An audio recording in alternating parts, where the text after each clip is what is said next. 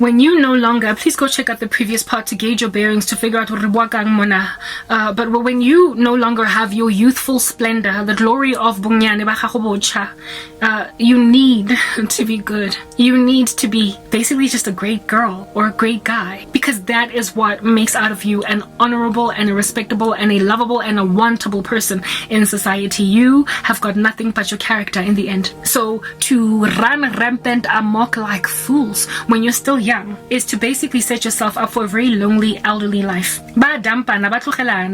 When they get older, thinking that they can find other things in the youth. That's why men are so obsessed with young women, and that's why these days women are allowing themselves to take Abo Benten. They're allowing themselves to be with younger men because the glory and the innocence of youth keeps them feeling relevant. Maragaizi, you can't reminisce the way that you can, the way that you would with a man or a woman that's 20 years your junior if you're a man, or as a woman only busy ka bentene o ka se kgone go tlotla ka the same things that you were able to talk about with your friends. You can't relate on some of the things that have happened over the years because you existed in a time when different things were a thing. I mean, if I were to date a guy 10 years my junior, that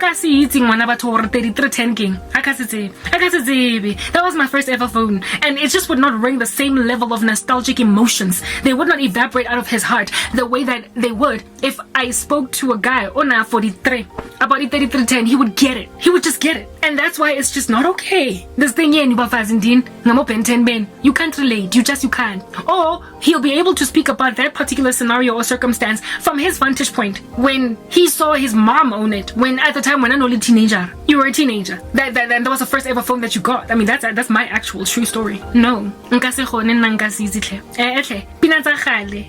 90s, not to me, they feel like it was just yesterday. So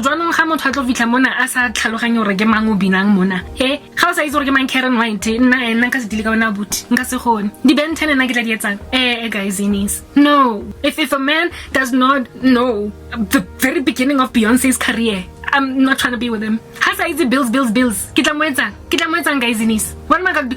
I don't even think my little sister knows bills. She was born in 2001 because Beyonce at that time was in the 90s dropping that album Little Destiny's Child. I'm not saying listen to Beyonce, but there is a level of nostalgia about girl and boy bands of the 90s that comes to kids that were growing up during that time. If a man can't relate to that, if a kid wasn't even born when certain albums were dropped, but you are like bopping, what are you doing? And this goes both ways. So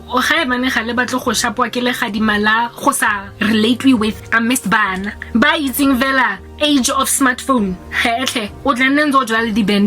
You will continue because your grays are popping out and you're dealing with a dude that is a good 30 years away from his first gray. No. But you see, I'm not out here in these streets dealing with the Ben 10 issue because it's obvious that I'm not about to go out like that. I'm dealing with men who are age appropriate, who now today have so decimated the futures of women that that's HIV grandship is spread that way. Older guys, 40s, 50s, late 30s, busy sleeping with 20-year-old girls, and it's causing just an epidemic of AIDS. They've ruined women that are their peers. And now that falling apart like a vintage vehicle that is pretty but it's already falling apart. Yeah, after having decimated these ladies, they then go and try and find a fresh start in young women.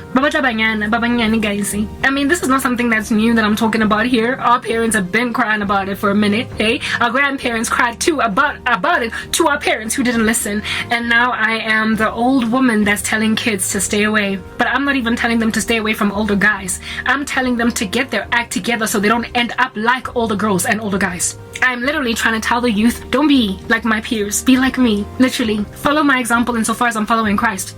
I am trying to get young women and young men, I mean, I shouldn't even be talking to men, but where are the men that are called to preach? Exactly, nowhere. So I can't do anything but try and be a little bit of an Abigail to the youth. Men who are boys, guys, kids who are on the come up, that are like David. They still have their senses together. They have not destroyed so much of their lives that they would be stubborn and cold, iced out to counsel from women or from anyone. Right now, my generation, my peers, the men they're so recalcitrant to counsel that no one can speak sense to them because their old habits are dying hard. They have so destroyed so much that the best way to deal with what they've done is by repression and suppression and by avoidance and pretense that it's not there. Like they act like a real issue is non-existent. And so the women react by being extra bossy bad.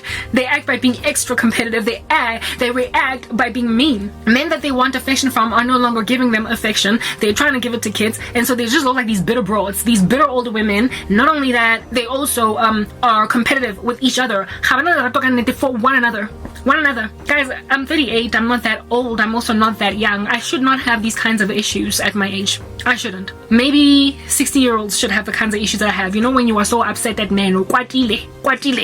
Hey, Jimmy. I'm not there. I haven't even been married yet. I don't have baby mama drama. I ain't got none of that. But I am upset because what I'm dealing with is an issue with something that I have been robbed of because it was not appropriate for me, as opposed to something that has been robbed from me, and so I went through it and thus discovered it wasn't appropriate for me. I'm fighting this fight from a vantage point of, you made sure I have no options, men. You made sure that I got to the age of 38 without a husband and children. You made sure that I would look like a pie-in-the-sky hopeful female that would hope to get married to a guy that's untainted, never had children, never gotten married. Like a dude also fresh, also clean, fresh out of basically the box that his mama, popped him out of. Yet to get any kind of rap sheet that is a deal breaker to me. You've made sure that I have aged, advanced in years so much that men that are fresh out of the box like that currently are only in an age group that is frankly unacceptable for me to embrace. You're making sure, like, people have put me in a position, they've been so wretched. I got saved at the right years, guys, nicely.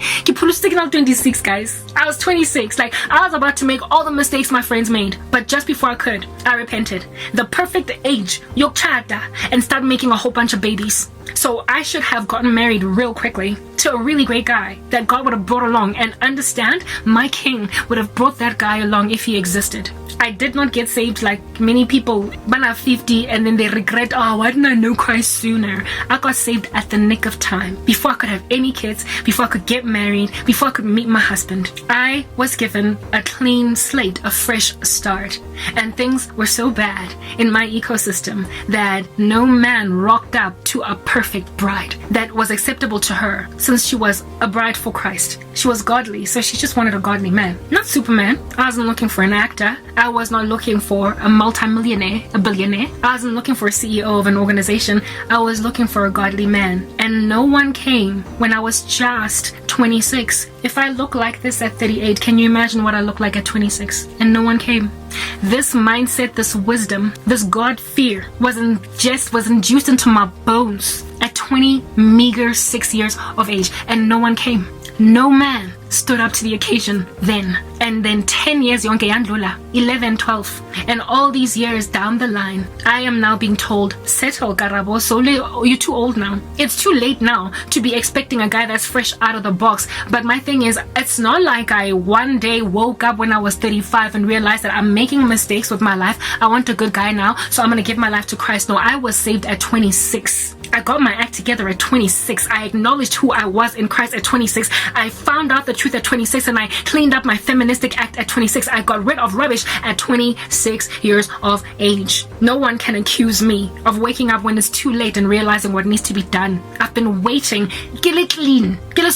for 12 years, almost 12 years. It'll be 12 years in August. Almost 12 years. I have been waiting spotless, for a man that would also be spotless. From scratch, who's also gonna have his first baby with me, who is going to also be getting married for the first time when he marries me. I was right to expect that at 26, but apparently now I am too entitled at 38 to expect that same thing, except I was not an irresponsible derelict until I got to the age of 36 and woke up and realized that, oops, I want to marry right. I woke up at 26. So what does that say about the caliber of men around? Was I just buried from them so they could not marry me? They wish they'd done right? No. It's that the Lord would not let any single one of them touch me, because literally their hands were all too grubby. And men know this is true. All of them were grubby. All of them. It's not like I never had anybody ask me out, pursue me. I've had 2 guys fake their Christianity, try to come into my life. 2. I dated both, and both got out of my life just as quickly as they came in because God got rid of them.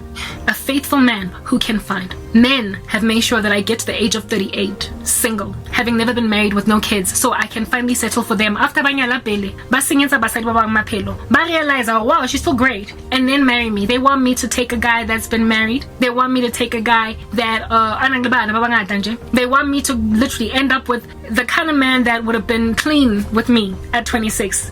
I was 26, maybe he would have been 30, and the two of us would have each gotten into marriage for the first time together. Two of us would have each had our first children together and just build a family, you know, go into the sunset together, start to enter into a time in our lives when our kids are teenagers now. Yeah, they took a woman like that. They could have made their first wife and their first baby mama, and they want to make her their third, fourth baby mama, their second, third wife. And I'm like, but God, I've been waiting since I was 26, and people expect me to settle because they expect me to think that God Almighty literally could not give me what I asked for in prayer. And for 12 years, he's just, he's been stumbling, he's been struggling. No, guys, he's been searching these streets, and there's been no one worthy to come and take me.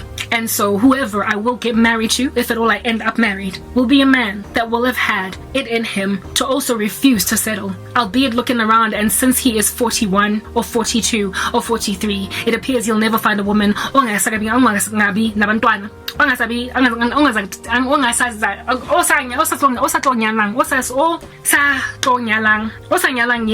a woman that's not married, a woman that's never had kids, a woman basically with a clean rap sheet, basically as fresh out of the closet as an 18-year-old girl. This man, just like me, will have sat around waiting, thinking it's impossible, I gotta go and grab myself a baby mama of 3, divorced to ex-wife, ex-husband, cause 12 years go fela, what's gonna happen? If God could make out of me such a rare thing, then surely there must be a man out there, cause I can't be the only person that is so strict about honoring God, in not being unequally yoked, in refusing to settle compromise on prayer. You ask the Lord, and he says he will give to you everything exceedingly and abundantly above anything that you could ever think to ask for. And then years down the line, you're like, no, Maraish, maybe you didn't quite figure that one out. That promise was just for the Hebrews. You come up with some kind of an excuse to abandon hope. If you could be so fervent and earnest for Jesus, are